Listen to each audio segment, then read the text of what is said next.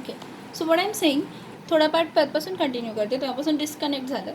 मला काय म्हणायचं आहे, परत एकदा लक्षात घ्या की सॉल्ट होती, ती सॉल्ट कम्प्लिटली डिसोशिएट झालेली. त्या कम्प्लिटली डिसोशिएटेड सॉल्टमुळे काय झालेलं होता, तुमचा CH3COONA जो होता त्यांना large molecules of CH3COO minus दिलेले होते ॲक्वस स्टेटमधले, आणि Na+ आयन्स दिलेले होते. ठीक आहे. आता हा Na+ आयन तर स्ट्रॉंग बेसचा आहे, म्हणजे हा पाण्यामधल्या OH बरोबर कंबाईन होणार नाही, हा विषय इथं संपा. हा CH3COO- फ्री लार्ज मॉलिक्यूल, कारण हा इलेक्ट्रोलाइट आहे, स्ट्रॉंग इलेक्ट्रोलाइट आहे, हा स्ट्रॉंग ॲसिडची सॉल्ट आहे. ही सॉल्ट आहे पण कशाची आहे, स्ट्रॉंग ॲसिडची आहे. त्यामुळे इथं डिसोसिएशन काय झाला, कम्प्लीट झाला.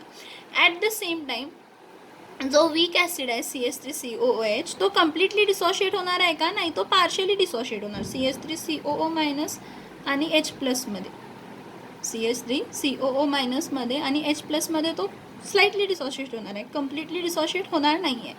मग आपण काय करतो की आपण एक स्ट्रॉंग ॲसिड ॲड करतो, वरून आपण काय करतो, एक स्ट्रॉंग ॲसिड ॲड केला. स्ट्रॉंग ॲसिड ॲड केल्यामुळे काय होणार आहे, जो स्ट्रॉंग ॲसिड आहे तो स्ट्रॉंग ॲसिड CH3COO- जो आहे, जो स्ट्रॉंग ॲसिड ॲड केलेला आहे त्याबरोबर कंबाईन होणार आणि काय देणार, CH3COOH. परत हा वीक ॲसिड फॉर्म झाला, म्हणजे आता हा डिसोशिएट होणार आहे का, नाही होणार. हा डिसोशिएट होणार आहे का, नाही होणार आहे. मग मी काय केलं, आता ह्या जो काही ॲसिड फॉर्म झाला आहे लार्ज मॉलिक्यूल CH3COH मध्ये, त्यामध्ये मी बेस ॲड केला आणि त्या बेसचे आयन्स काय केले, तर त्या बेसच्या आयन्सनी काय केला, OH- आयननी ह्या H बरोबर कंबाईन झालं आणि काय दिलं तर CH3COO- आणि H2O दिला. म्हणजे जो कॉन्सन्ट्रेशन कमी झालेला तो कॉन्सन्ट्रेशन परत आहे तसा क्रिएट झाला ना. बघा इथं दिला, हां ठीक आहे, हा स्ट्रॉंग ॲसिड आहे, ह्यानं हा स्ट्रॉंग इलेक्ट्रोलाइट आहे, हा कम्प्लीट डिसोशिएट झाला. ठीक आहे, कम्प्लीट डिसोशिएट झाला. वीक इलेक्ट्रोलाइट, वीक ॲसिड होता तो कम्प्लिटली डिसोशिएट होत नाहीत, अनडिसोशिएटेड मॉलिक्युल्स काय होते ह्यामध्ये, जास्त होते. मग जो स्ट्रॉंग ॲसिड आहे तो स्ट्रॉंग ॲसिड जर मी ॲड केला, जो स्ट्रॉंग ॲसिड मी ॲड केला त्यामध्ये H+ आयन्स असणार आहेत. ते H+ आयन काय करणार आहेत, हे खूप सारे जे लार्ज कॉन्सन्ट्रेशन ऑफ CH3COO- आहेत त्याबरोबर कंबाईन होणार आहेत आणि काय फॉर्म करणार आहेत, CH3COH फॉर्म करणार आहेत. आणि जेव्हा ह्यांनी CH3COH ॲड केला तर मी small amount of base add केला. काय ॲड केला, स्मॉल अमाऊंट ऑफ काय ॲड केला, तर बेस ॲड केला. जेव्हा मी small amount of base add केला तर परत काय झालेले, हे कंबाईंड मॉलिक्युल्स थोडे तरी डिसोशिएट होणार. हा स्लाइटली डिसोशिएटेड आहे, मग स्लाइटली डिसोशिएट आहे तर मी small amount of OH add केले ना. मग जेवढे कंबाईन झालेले होते तेवढे परत डिसोशिएट होऊन ह्याच्या OH बरोबर कंबाईन होणार आणि काय देणार, H2O. And at the same time CH3COO- मिळेल. ॲट द सेम टाईम तुम्हाला फ्री काय मिळेल, CH3COO-. म्हणजे जे यूज झालेले ते परत काय झाले, रिफिल झाले. परत जे यूज झालेले ते काय झाले, रिफिल झाले. म्हणजे त्यामुळे काय झालं की जो काय तुम्ही ॲसिड ॲड करताय किंवा जो काय तुम्ही बेस ॲड केला आहे तो काय करतो, तो काही करू शकत नाही, H+ आयन्स किंवा OH- आयनचा कॉन्सन्ट्रेशन चेंज करू शकत नाही. तुम्ही स्ट्रॉंग ॲसिड ॲड केला पण त्यामध्ये आपण स्लाइटली बेसही ॲड केलेला आहे, किंवा स्ट्रॉंग बेस ॲड केला तर त्यामध्ये तुम्ही ॲसिड पण ॲड केलेला आहे. So the acid or a base that can not change, concentration तो चेंजच करू शकत नाही. कशाचा, H+ आयनचा का OH- आयनचा. सो तो pH जो आहे बफरचा तो रिमेन्स अनचेंज्ड. pH काय राहतो, अनचेंज राहतो, चेंज होत नाही. सो काय होतं, तुम्ही म्हणणार मग त्यामध्ये पाणी वाढवलं तर डिसोसिएशन होईल, नाही. pH हा डायल्युशनवर डिपेंड राहत नाही. pH does not depends on dilution. pH कशावर डिपेंड राहत नाही, pH does not depends on dilution. pH हा डायल्युशनवर डिपेंड राहणार नाही आहे. सो डायल्युशन जरी तुम्ही केला तर pH बफर सोल्युशनचा चेंज होणार नाही, कारण एक काहीतरी कमी झालं तर दुसरं काहीतरी वाढवायला त्याला येणार आणि त्या दोघांचं कॉन्सन्ट्रेशन तो काय करेल, असा होता तसा. ॲसिडिक असेल तर ॲसिडिक ठेवेल, बेसिक असेल तर बेसिक ठेवेल. This is because the concentration ratio, जो आपण कॉन्सन्ट्रेशन रेशो होतो तो कॉन्सन्ट्रेशन रेशो कोणता, तर ह्या इक्वेशनमधला concentration ratio, log to the base 10 salt upon base, log to the base 10 salt upon काय असणार आहे, तर ॲसिड असणार आहे. तर ह्या कंडिशनमध्ये जो काय असेल, सॉल्ट अपॉन ॲसिड असेल किंवा log to the base 10 salt upon काय असेल, बेस असेल, ह्यामध्ये काय चेंजेस, रेशो, हा रेशो काय होणार नाही, चेंज होणार नाही. का, तर जर H+ आयन्स वाढले असतील तर OH- आयन्स काय झाले असतील, कमी झाले असतील किंवा OH मायनस सायन्स वाढले असतील तर H प्लस सायन्स काय झाले असतील, कमी असतील. So your ratio will remain same. So your this value will not change. Your Kb value will also not change and your Ka value will also not change. The dilution does not change the ratio. जो तुमचा तुम्ही जर आणि त्याला dilute करायला बघितला तर ratio change होणार नाही. मग आता प्रॉपर्टीज काय आहेत बघा बफर सोल्युशनचे. प्रॉपर्टीज ऑफ बफर सोल्युशन्स कोणते कोणते आहेत बघा. प्रॉपर्टीज ऑफ बफर सोल्युशन काय, तर द pH, पहिला हेडिंग देते, properties of buffer solution. Properties of what? Buffer solution. So what are the properties of buffer solution? The buffer solution states the pH of buffer solution, the pH of buffer solution does not change appreciably. कधी change होत नाही appreciably सांगा. pH of buffer solution does not change appreciably when dilution takes place. Change झाला तरी negligible change होणार आहे, जास्त change होणार नाही. सो नेक्स्ट, आणि कधी चेंज होणार नाही, when you add strong acid or strong base in small amount, large amount नाही, in what? In small amount. When you add strong acid or strong base, but this strong acid or a strong base, whatever you are adding, it is in a small amount. किंवा असंही लिहू शकता by addition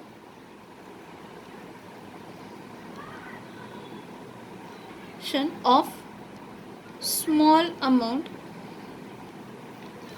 of strong acid or strong base. Next काय, तुम्ही थोडे थोडे solutions बघताय की म्हणजे खूप वेळ त्याला तसंच ठेवलं तर ते काय होतात, चेंज होतात त्यांचं concentration. But the pH of buffer solution does not change Wien it is kept for long time.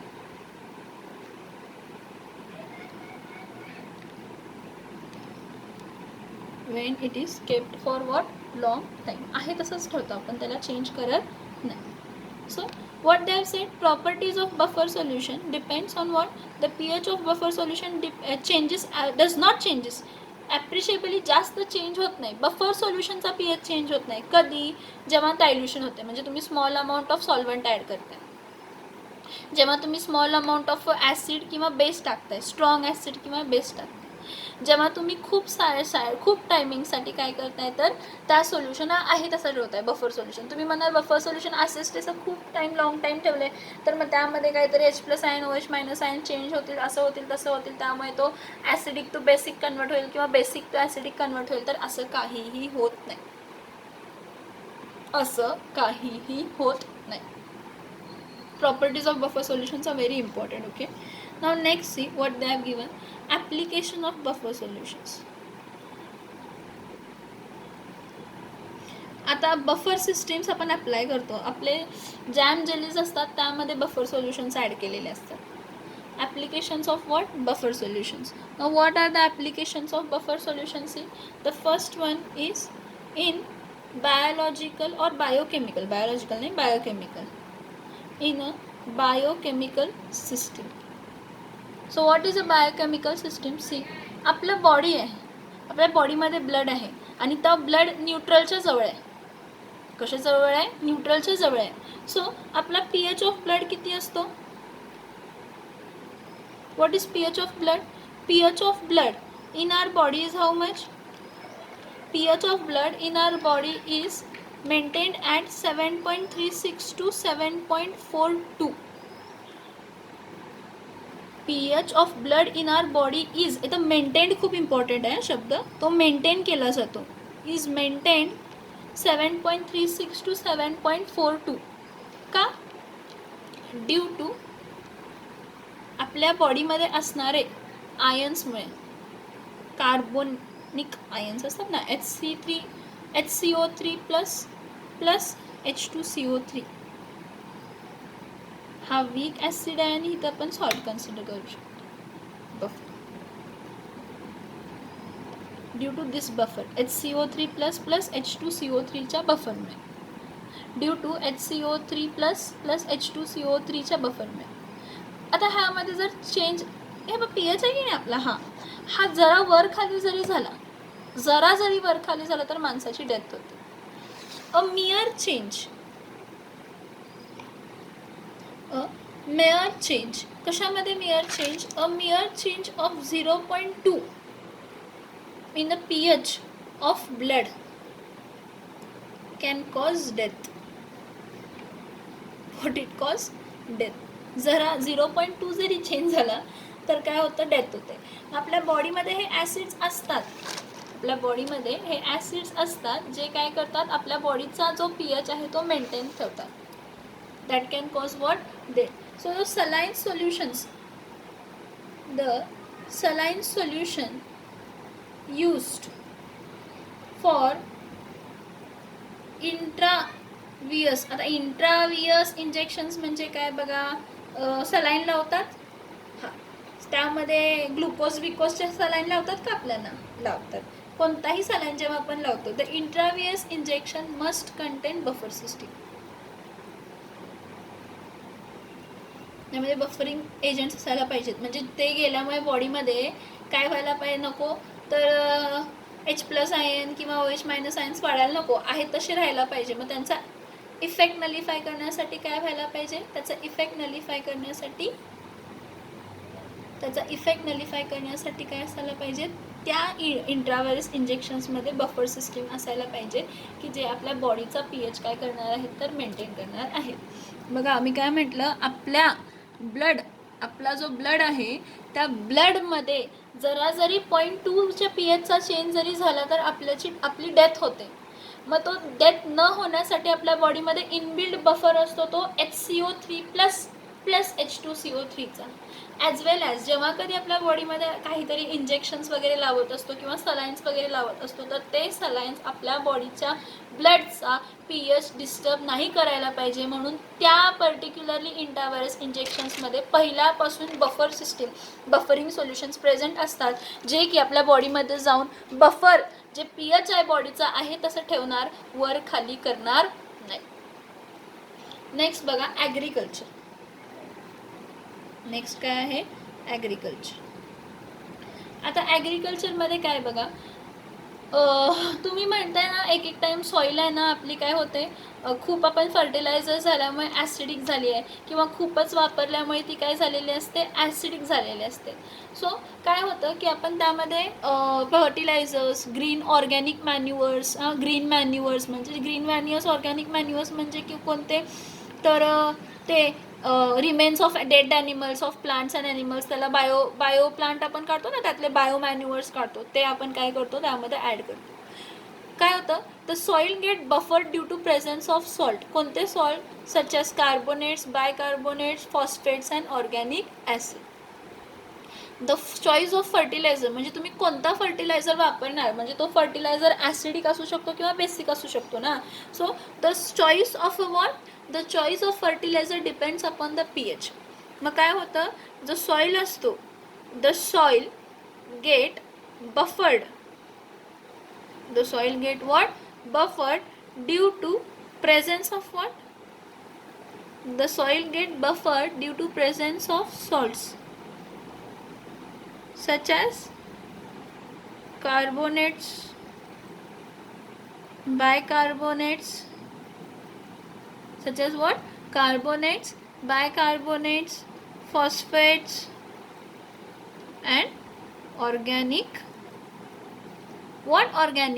acids.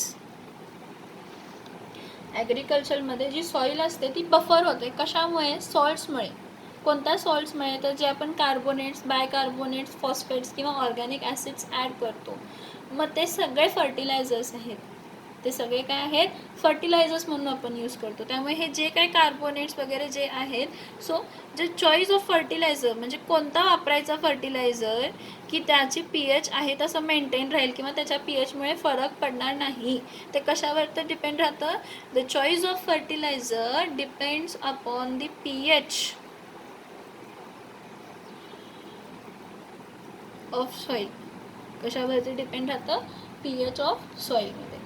आता आपल्या इकडं इंडस्ट्रीज, मग पेंट रबर घ्या, डाय घ्या, हे घ्या ते घ्या, मोस्ट ऑफ द इंडस्ट्रीजमध्ये बफर सोल्युशन्स यूज करतो. कारण बघा, एखाद्या सबस्टन्सची रिक्वायरमेंट असते, एक तर तो ॲसिडिकच राहायला पाहिजे किंवा एक तर तो बेसिकच राहायला पाहिजे.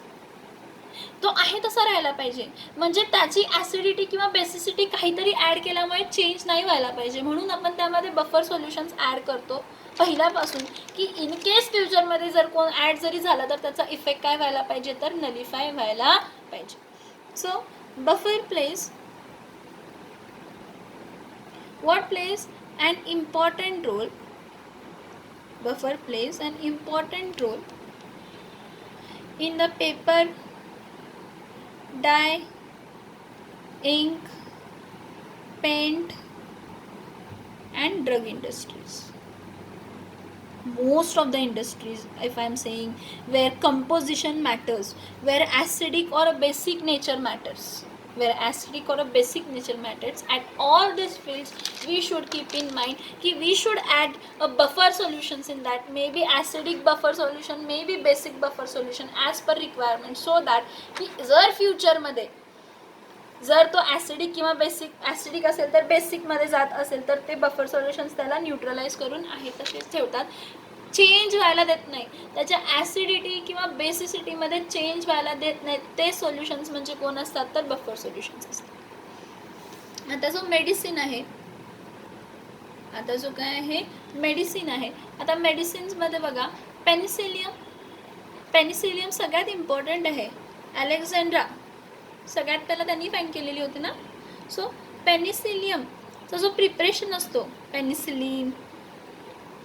पेनिसिलिन प्रिपरेशन्स, कशाचे preparations, penicillins preparations are stabilised, कसं, by adding buffers. Penicillins preparations are what, stabilised म्हणजे काय, स्टेबल प्रोडक्ट फॉर्म करण्यासाठी. पेनिसिलिनच्या प्रिपरेशनमध्ये पेनिसिलिन हा स्टेबल प्रोडक्ट फॉर्म करण्यासाठी आपण काय करतो, we add penicillin preparations are stabilised by adding, by adding लिहिते इकडं, by adding sodium citrate. What? By adding what? Sodium citrate. By adding what? Sodium citrate. मग सोडियम सिट्रेट काय म्हणून ॲड करतो, बफर म्हणून ॲड करतो. सोडियम सिट्रेट काय म्हणून ॲड करतो, बफर म्हणून ॲड करतो. पेनिसिलियम मेडिसिनमध्ये पेनिसिलियम जो आपण प्रिपेअर करतो हा स्टॅबिलाइज करतो. पेनिसिलिन प्रिपरेशनला स्टॅबिलायझेशनसाठी सोडियम सिट्रेट हा बफर म्हणून ॲड करतो. काय म्हणून ॲड करतो, बफर म्हणून. आणि काय तर सिट्रिक ॲसिड जो असतो तो ॲड करतो मिल्क ऑफ मॅग्नेशिया म्हणजे काय, MgOH. आणि मॅग्नेशियम सिट्रेट हा बफर म्हणून काय होत असतो, तर फॉर्म होत असतो. बघा, Wien citric acid is added, when citric acid is added, कशामध्ये ॲड केलं असतं, when citric acid is added to milk of magnesia. आता मिल्क ऑफ मॅग्नेशिया पहिलाच लिहिते. when citric acid is added to what, milk of magnesia, magnesium citrate form होतो. Magnesium citrate काय होतो, form, जो की आपण काय म्हणून वापरू शकतो, बफर म्हणून. तर OH आहे, बेसिक बफर आहे. OH आहे म्हणजे कसला बफर आहे, बेसिक बफर. नेक्स्ट लास्ट त्याचं ॲप्लिकेशन, लास्ट म्हणजे टेक्स्टबुकमधला लास्ट, असे खूप सारे ॲप्लिकेशन्स आहेत. Analytical chemistry. तर ॲनालिटिकल केमिस्ट्रीमध्ये बघा, इन ॲनालिटिकल केमिस्ट्री आपण काय करतो, एखादा सबस्टन्स ॲनालाइज करतो. ॲनालाइज करताना तो काय आहे, कसा आहे, का नाही आहे, सगळ्या गोष्टी आपण लक्षात ठेवतो. मग काय होतं, ॲनालिटिकल केमिस्ट्रीमध्ये क्वालिटेटिव्ह ॲनालायसिस करतो ॲज वेल ॲज क्वांटिटेटिव्ह ॲनालायसिस करतो. मग क्वालिटेटिव्ह ॲनालायसिसमध्ये आपण बघतो की pH 8 to 10 राहायला पाहिजे. कोणाचा, तर जेव्हा कॅटायन्स प्रेसिपिटेट होतात, कोणाचे, थर्ड ए ग्रुपचे. कशासाठी, थर्ड ए ग्रुपचे. मग what happens for qualitative analysis, for qualitative analysis, what we do, for qualitative analysis, a pH of 8 to 10 is required.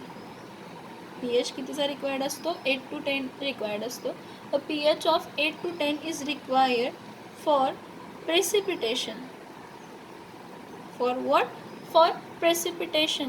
कशाचं म्हणजे काय बाहेर पडण्याची? प्रेसिपिटेशन्स म्हणजे कॅटायन्स कंबाईन होतात, जो काही मेटल आहे त्याचे आयन्स कंबाईन होतात. Of group 3A. Of group 3A. It is maintain with the use of what? Using buffer. म्हणजे हे जे आहे प्रेसिपिटेशन ह्याला काय करतो? चेकआउट करतो. कशाने चेकआउट करतो? तर बफर ॲड करून. It is maintain with the use of NH4OH plus NH4Cl. It is a weak base with a strong salt of strong acid. Salt of strong acid. It is used as a buffer. See, for qualitative analysis, pH of 8 to 10 is required. का? तर precipitation होण्यासाठी, म्हणजे कॅटायन्स जे आहेत group 3A बाहेर पडण्यासाठी. मग तो 8 to 10 pH मेंटेन करण्यासाठी आपण बफर सोल्युशन वापरतो. आणि तिथं बफर सोल्युशन कोणता वापरतो? तर NH4OH आणि NH4Cl.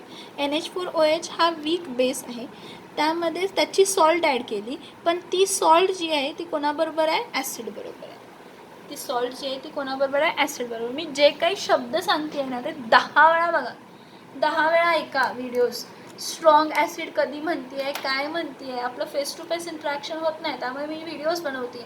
तर व्हिडिओजमध्ये लक्ष देऊन बघा की मी कोणता शब्द कधी वापरला आहे, तरच तुम्हाला पटकन समजणार, नाही तर तुम्हाला पटकन समजणार नाही, लक्षात ठेवा.